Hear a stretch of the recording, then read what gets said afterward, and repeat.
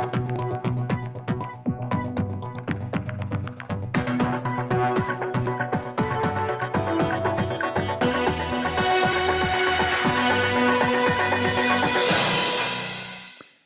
everyone. This is Jay Frost speaking to you from the Frontlines of Social Good, the weekly news and views program from the Philanthropy Mastermind series. Today, we'll begin, as always, with the top 5 gifts of the week and a look at headlines shaping philanthropy, fundraising, and social impact. Later, we'll turn to the newly released Bank of America study of philanthropy, a landmark look at how donors are giving, what motivates them, and where the biggest shifts are happening. Diane Chips-Bailey, Managing Director and National Philanthropic Strategy Executive for Philanthropic Solutions at Bank of America Private Bank, will join us to unpack the findings, from emerging donor behaviors to trends reshaping generosity across the country. Together, we'll explore what this year's study reveals about the state of giving in America, why these insights matter for every fundraiser, and how nonprofits can use this data to strengthen their strategies for the year ahead. Let's get started. First, the top 5 gifts of the week, starting in reverse order, as always. Number 5, $16 million from longtime faculty member Ann Simon to University of Maryland. The planned gift will create 2 endowed professorships in virology and plant RNA biology, provide multiple postdoctoral and graduate fellowships, and a scholarship in memory of her mother, strengthening University of Maryland's research capacity in infectious disease and plant science. Number 4, $35 million from the National Association of State Procurement Officials, or NASPO, to Arizona State University. The gift establishes the renamed NASPO Department of Supply Chain Management within ASU's W.P. Carey School of Business, supports major initiatives like a new Center for Innovation and Ethics in Supply Chains, endowed chairs, faculty fellowships, and student scholarships. Number 3 this week, $50 million from alumnus Rob Citrone and his wife Cindy to Hampton-Sydney College. The largest single gift in the college's 250-year history, will establish a named scholars program offering 4-year full tuition merit scholarships to talented students, further enhancing the college's capacity to attract high-achieving young men of character and purpose. We have a tie for number 2 this week. $40 million first from longtime supporters Robert and Beverly Grappone to St. Anselm College. This is the largest gift in the college's history and includes $11 million for its new School of Business and Innovation, which will be renamed for the family, and $5 million to the fully endowed E. Gregory J. Grappone Humanities Institute, named for their son, a 2004 graduate who died of cancer at 35. An undisclosed amount will be also allocated for renovations to residence halls, support for an athletic complex, School of Nursing and Health Sciences Faculty Education Fund, and the creation of the Beverly D. Grappone Endowed Scholarship for nursing students. And again, another $40 million gift this week from alumna Louise Dilworth Davis to Texas Christian University. The naming gift endows the Louise Dilworth Davis College of Science and Engineering, supports the college's strategic plan and operations in perpetuity, and boosts research and student success for future generations. And number 1 this week, $100 million from Jeff Yass to the University of Austin. The gift will enable the new university to offer free tuition permanently, marking a bold new model in higher education and signaling a radical shift in access, affordability, and independence from government funding. Have we missed a big gift announcement this week? I am certain that we have. Let us know by contacting me directly through LinkedIn or by email at j@donorsearch.net. Now for our top stories this week. Climate adaptation and resilience funding has reached new highs. According to a new global landscape report from the ClimateWorks Foundation, Foundation funding for climate adaptation and resilience reached an estimated $870 million in 2024, more than double the $404 million tracked in 2021, a historic increase in just 3 years. ClimateWorks warns, however, that the need is still enormous. Climate impacts like flooding, extreme heat, wildfires, and food shortages are already threatening the livelihoods of nearly 900 million people living at the intersection of poverty and climate risk. This same report notes that the number of foundations making adaptation-related grants grew by 55% since 2021, a sign that more funders see resilience as core to their missions. They also point out, however, that Asia and Oceania, home to more than half the world's population, received less than 10% of adaptation funding between 2021 and 2024. Turning to early childhood, Philanthropy News Digest reports that the Ballmer Group has pledged more than $1 billion to Washington State's public pre-K program. Over the next decade, the foundation plans to direct up to $170 million per year into the Early Childhood Education and Assistance Program, which was launched in 2010 to provide children from low-income families with free, high-quality pre-K and related services. In donor news, Philanthropy News Digest once again notes that Warren Buffett has announced plans to donate over $1.3 billion in Berkshire Hathaway stock to 4 family foundations. Coverage indicates that Buffett is converting Berkshire Hathaway shares and directing them to the Susan Thompson Buffett Foundation, the Sherwood Foundation, the Howard G. Buffett Foundation, and the Novo Foundation, each led by his children or closely shaped by them. Back in Washington, as you may already know, Congress has voted to end a 43-day federal government shutdown. According to the National Council of Nonprofits, about 42 million people who depend on Supplemental Nutrition Assistance, or the SNAP program, are expected to receive their full November benefits. The Council emphasizes, however, that this outcome was driven not only by political negotiations, but also by litigation. A U.S. appeals court recently upheld a temporary restraining order requiring the administration to fully fund SNAP while the case proceeds, after attempts to delay and reduce benefits during the shutdown. As you may know, Giving Tuesday is coming up in just 2 weeks from today. And as it approaches, the Nonprofit Times warns of a new cybersecurity threat to fundraising campaigns. According to editor-in-chief Paul Clolery's piece, Text Phishing Scam Hits as Giving Tuesday approaches, a phishing hack at texting firm Mobile Commons resulted in fraudulent text messages being sent in the names of legitimate nonprofits attempting to lure donors into clicking malicious links. While full details are still emerging, the article underscores that these fake texts arrived just as organizations ramp up SMS outreach for year-end giving and highlights the reputational risk when third-party platforms are compromised. The Nonprofit Times urges nonprofits to communicate clearly with supporters about how they send texts, to encourage donors to navigate directly to the organization's website rather than clicking unexpected links, and to work closely with vendors on incident response plans. Finally, a story on the intergenerational wealth transfer is raising big questions about where all that money is going. The Ohio Society of CPAs, summarizing new data from the Harris Poll in an article titled Poll, Transfers of Wealth Might Be Excluding Nonprofits, reports that only 1% of older Americans and 3% of younger Americans say philanthropy is a primary purpose of their wealth. A striking 81% of older Americans plan to leave their assets mainly to their children, suggesting that much of the wealth transfer may move between generations with relatively little formal charitable planning. According to that analysis, older Americans between the ages of 55 and 80 are most likely to view wealth as a path to security, 42% responding in that way, and lifestyle or enjoyment, 35% responded in that way, while younger adults, 18 to 54 years of age, are more inclined to see wealth as a way to build legacy, 22%, or achieve personal fulfillment, 18%. Both generations prioritize financial returns, but younger investors place much greater emphasis on impact investing, 28% versus 3% for the older generation, and ESG considerations, 13% versus 2% for their elders. And many report complex emotions, including pressure, anxiety, and guilt about inheriting wealth that their parents often don't recognize.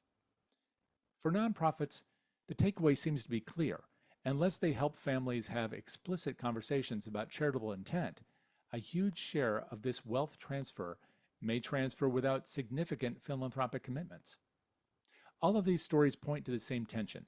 Money and power concentrating among major donors and institutions right as communities face escalating risks and needs, from climate shocks and health crises to cyber fraud and policy whiplash, and as families quietly decide how or whether philanthropy fits into their long-term plans. To dig deeper into what at least affluent giving really looks like right now and how fundraisers can respond, we're turning next to Diane Chips Bailey, Managing Director, National Philanthropic Strategy Executive, Philanthropic Solutions at Bank of America Private Bank. Diane joins us to unpack what their latest study reveals about where affluent giving is headed and what it means for your work in the year ahead. Here is that conversation. So, Diane, I'm so pleased to see you today. It's been a long time since I saw you last, and it was around this study. So, very excited to hear what you have learned this year. Jay, it is always a joy. Thanks so much for having me. It's a pleasure to see you. And you have told me in advance that this is a blockbuster. What do you mean by that? We've been doing this research with the Lilly Family School of Philanthropy for now 20 years. This is our 10th iteration, and the findings are so powerful, both for donors to be self-aware and more strategic in their giving, but also for nonprofits to inspire their generosity. And for context, for people who are not familiar with it, 20 years of this study, which is my favorite study in the field, can you just give us a snapshot about what it is, and why it's important? So it's the Bank of America Study of Philanthropy, and we survey affluent Americans in their giving. And we define affluent using the accredited investor standard, which is 200,000 in income or $1 million in wealth outside of the value of your primary residence. What comes back is substantially higher. The average is over 570,000 in income or 24 million in wealth. The median, of course, is lower, 350 in income or 2 million in wealth. So think of this as the top 7 or 8% of Americans in terms of income and wealth, really a mass affluent study. It's not an ultra high net worth billionaires report. It's really looking at those key donors that are driving fundraising for so many organizations. And before we dive into the results, how has the breadth of that population changed, and maybe, who's within it over the time? Well, it's changed a lot, right? Because the accredited investor standard has not changed. It's not indexed for inflation. And so 200,000 in income meant something very different for a family before the Great Recession than certainly it means today, particularly in the recent inflationary environment. And the impact in the research is clear. We're now down to 81% of affluent Americans participating in giving. And one of the key reasons why they say they're not giving, 45% said this, is because taking care of their family was a higher priority. So they're really just feeling pinched and not able to prioritize giving back. Right. And just to point out again for our audience, if 81% of the affluent are giving, and you can probably touch on where, high affluent or ultra high net worth giving is, but how does that compare to the rest of the population? It's pretty significant, right? Yeah, it's down to less than 50%. 47% is the most recent. And if you were to look at those numbers before the Great Recession, in our research, 98% of affluent Americans were giving and closer to 2/3 of the general population. So these declining donor participation rates are significant. Of course, the overall amount given continues to increase with the economy, to almost 600 billion in 2024. And so the math is clear. These nonprofits are increasingly relying on a smaller and much more affluent circle of donors to meet their fundraising goals. Right. And as you pointed out, now it's instead of being nearly 5 out of 5, it's 4 out of 5. And that's also a significant change for people who are trying to develop relationships with this affluent class of donors. Absolutely. Now, I will say there are other reasons other than financial pressure why affluent Americans are not giving. And some of them are directly relevant to what nonprofits, in particular their boards of directors, can do to inspire their giving. 2 of the top 4 reasons that people tell us they don't give include, I didn't have a connection to an organization. And importantly, Jay, I was not asked. I was not asked. So there are people sitting on the sidelines, 19% of them that have, even if you use the median, 350,000 in income or 2 million in wealth, that are just sitting on the sidelines. And we can solve that. I have to ask you, and this may be hard for you to answer, um, because I don't know the nature of the survey, what the questions you're asking or what people are answering, but was that also true before and have attitudes changed? In other words, were we not asking before, but people were giving anyway?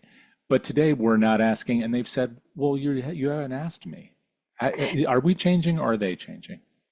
What I would point you to is how the demographics related to age are changing, right? So the third most popular reason why they tell us they're not giving is, I don't want to give to charity.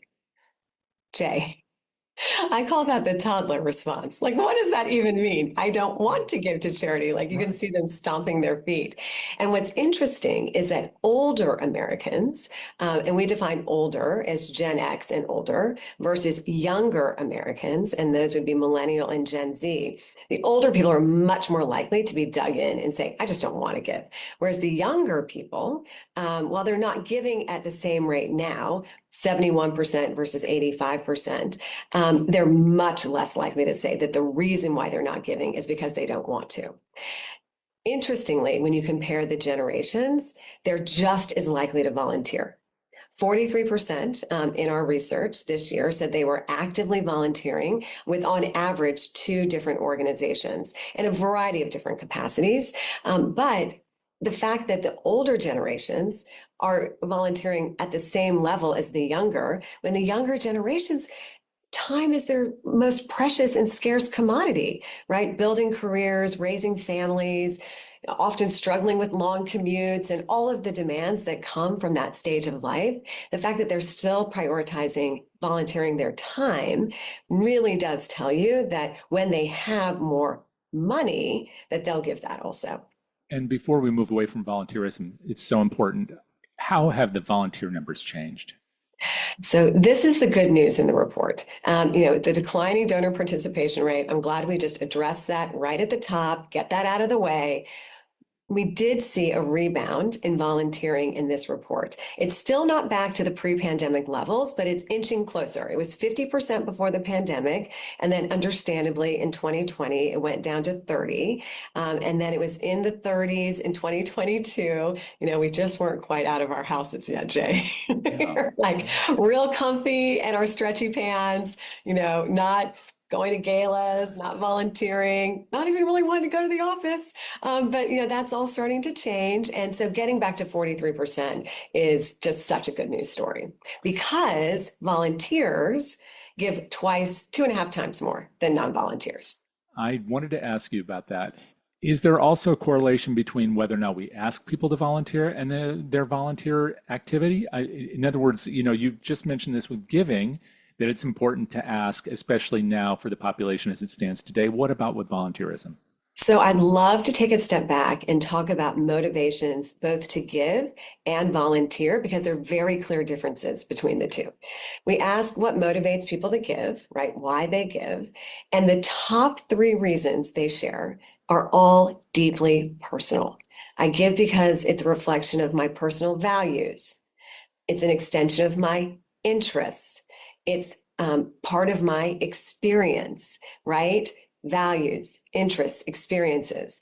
When we ask them why they volunteer, it's to respond to a need. They see a need that they believe they can address in the community, and they respond with in motion. And so the great thing about volunteering is it can be that gateway to giving, right? Because then you have an experience, right? You've participated. Hopefully that experience has stimulated an interest. And if there's an alignment with your values, that is the perfect way to bring somebody closer to your organization that may not already have revealed him or herself as a potential donor.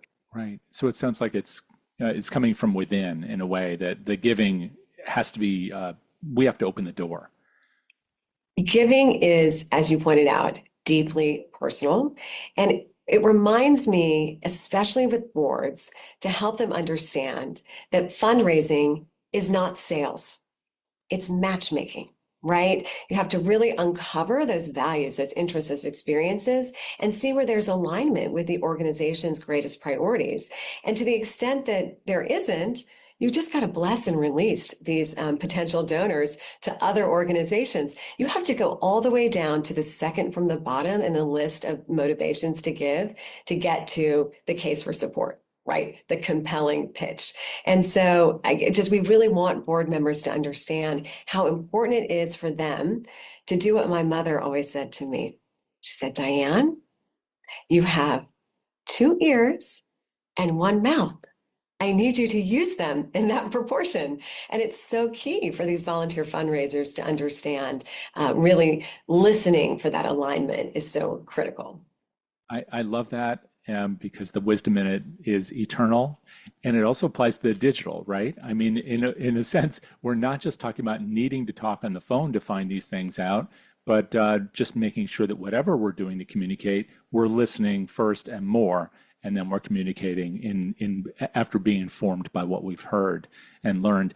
I do want to ask you about what you just went through, that inventory of the motivating factors. Um, has that changed? Because that sounds very similar to what it was in the past. That is durable. The fact that the personal values are out ahead, that is consistent year over year over year. So, in terms of those elements, what's the most surprising for you, if anything, about the current results? You know, one of the things that was interesting to me is the proportionate giving statistic, right? So religious giving continues to carry the day as the largest percentage, the biggest wallet share.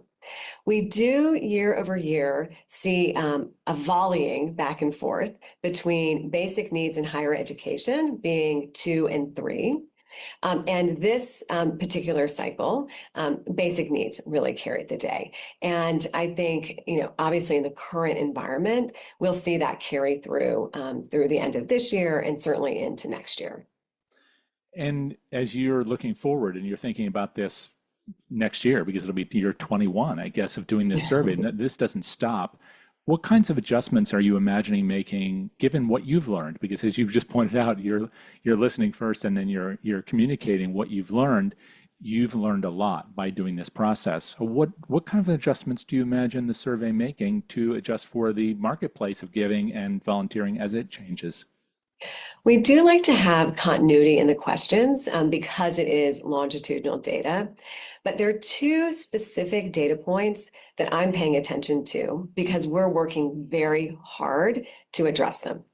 The first is self-assessment of expertise as a philanthropist, and the second is engagement of family in giving. So let's talk about the first. So only 4% claim to be experts in philanthropy. We give them three choices. You can say you're a novice, you can say you're knowledgeable, or you can claim to have expertise. And again, 4%, hardly anyone is raising their hand and declaring that they're an expert in philanthropy. And it shows. This is not feigned humility. This is self-awareness. And one of the ways it shows is the use of cash, checks, and credit cards as the primary way to give, especially in 2024. Jay, the market was humming. We've got a few little blips like right this second, but overall, there were significant appreciation built up in the public markets that could, in a very tax-advantaged way, be given to charitable organizations. And we're just not seeing that happen. And so we are really working on increasing the acumen of our clients, not only in the technical aspects of giving, but also in creating that strategic impact and also the multi-generational engagement, which I want to talk about next. But the benefit for the sector in creating philanthropic experts is they give 6 times more than novices. 6 times more than novices. And so really for the nonprofit leaders who are listening, use that as a rallying cry to really lean into these relationships, to share what you know about the organization, about the mission that it's accomplishing, about your impact, and about intentional, thoughtful ways to give more strategically. The other area that we're working on is multi-generational engagement. Fewer than 20% are engaging their children and grandchildren in giving. And there is no better way to transmit values intergenerationally than through engaging children and grandchildren in giving. We've got a whole paper on this topic, which I commend to you as being a really helpful companion to the Bank of America research report. But we're just not seeing enough people take advantage of this opportunity. I do want to ask you something that I'm sure there are people in the audience who will want to know about, and that's how the mechanisms are changing for those who are the less novice in giving. I know that there's been a kind of a shrinking of the number of public companies over time, but there's been this huge explosion of ways to invest in companies, especially recently, for people who would not be traditionally these qualified investors. Are there different patterns of, not just patterns of giving, but techniques of giving or assets types that are being given that you've seen emerge through these studies? So we look at a number of different ways that people can leverage their capital to achieve their philanthropic goals. Obviously, the primary way that we measure this is through giving to nonprofits. But we also look at impact investing, conscious consumerism, and political giving. And all three of those are used. I will say impact investing is declining in popularity, but importantly, for most affluent Americans, these alternate ways to achieve social impact goals are augmenting their traditional giving to nonprofits, right? It's in addition to. But for all three, there is a bit of a substitution effect where they're replacing some people or replacing some or all of their giving with these other methods. The largest substitution effect is with impact investing, right? Which is when you align your values with your investments, typically in public markets, but it can be, directly in companies and in other ways. About 30% will replace some or all of their giving with impact investments. With conscious consumerism, that's when you select a company from which to buy goods or services in alignment with your values. It's wildly popular with women and the rising generation. There again, 25% replace some or all of their traditional giving with this. It turns out the political giving, and 1 in 4 affluent Americans made a contribution in 2024 to a political candidate, which is not surprising given that it was a big federal election year. And there's much less of a substitution effect, closer to 12%. People that are in for democracy are also in for charitable giving and philanthropy, which is very encouraging to me. But the other trend, Jay, that we're really watching is the use of giving vehicles. Lots of different vehicles are covered in our report. Some of the common are donor advised funds and private foundations. 9 years ago, 11% had a giving vehicle. It's now up to 18%. And when you look at the segment that has 5 million in wealth or above, that's 48%. Either have a giving vehicle now or are planning to establish one in the future. So big rise and increase in giving vehicles. It's been amazing to watch the currents flow as people move into these giving vehicles, but it's also made it more and more difficult, I think, for many nonprofits to figure out where the money is and how to talk to people. And back to your point about making sure that we're listening to people, inviting them to participate, all these things that are key to building those relationships so that people will consider giving. I wonder if you have any thoughts as we all look forward to how organizations can be better informed, not just about the vehicles and the population as a whole, but individuals who might be putting their money into places which are not as visible to us. So a few things. Planned giving is an imperative for all nonprofit organizations. As part of the $124 trillion wealth transfer, 18 trillion already is earmarked for charitable purposes. Some of that will go into donor advised funds and private foundations, other giving vehicles, but a lot of it will come directly to nonprofit organizations. And so when I'm talking with our clients, and I should step back, people don't always understand what I do at Bank of America. I am Tell us. part of the foundation and endowment investment management team. We are the #1 outsourced chief investment office in terms of assets under management for both foundations and endowments. My team is a best-in-class team of philanthropic strategists that provide consulting and advisory services both to our donors, who are clients, foundations and private foundations and donor advised funds, but also to these endowed nonprofit operating charities. And I give you this context to say that we sit at the intersection of the donors and the doers, right? So we really are able to kind of bridge that gap between those that are investing in nonprofits and those that are doing the really hard work of executing on these ambitious missions. And so when we look at planned giving in that context, again, the money is going in both directions. It's going in these giving vehicles. It's going directly to the nonprofits.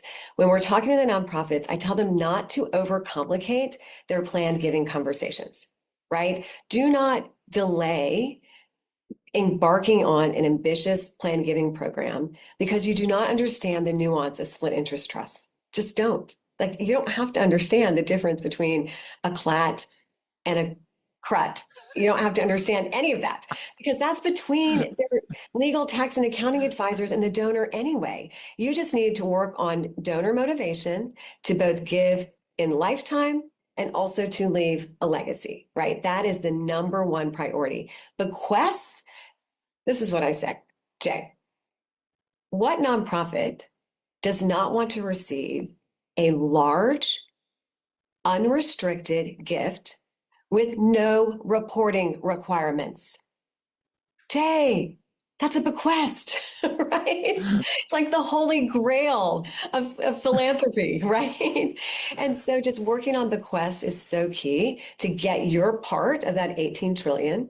But also the other area where I think really having an intentional marketing strategy is relevant. Again, donors really don't have a clue. They know that. They know that is around retirement accounts, both in lifetime as a legacy. These qualified charitable distributions, $109,000, indexed for inflation, straight to the nonprofit, no tax implications for the donor, huge, huge, huge, can be even rivaled with a gift of appreciated assets. I mean, it's very tax advantaged. Consult with your advisors on that.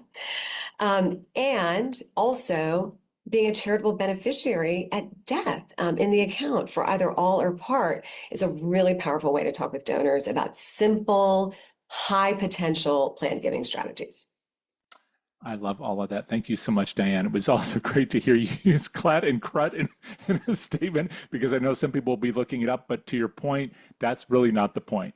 Take it off the list. Take it off the list. That's for Trivial Pursuit in fundraising. That's all. Thank you so much for all of this. If people want to learn more about the report, where can they get a copy?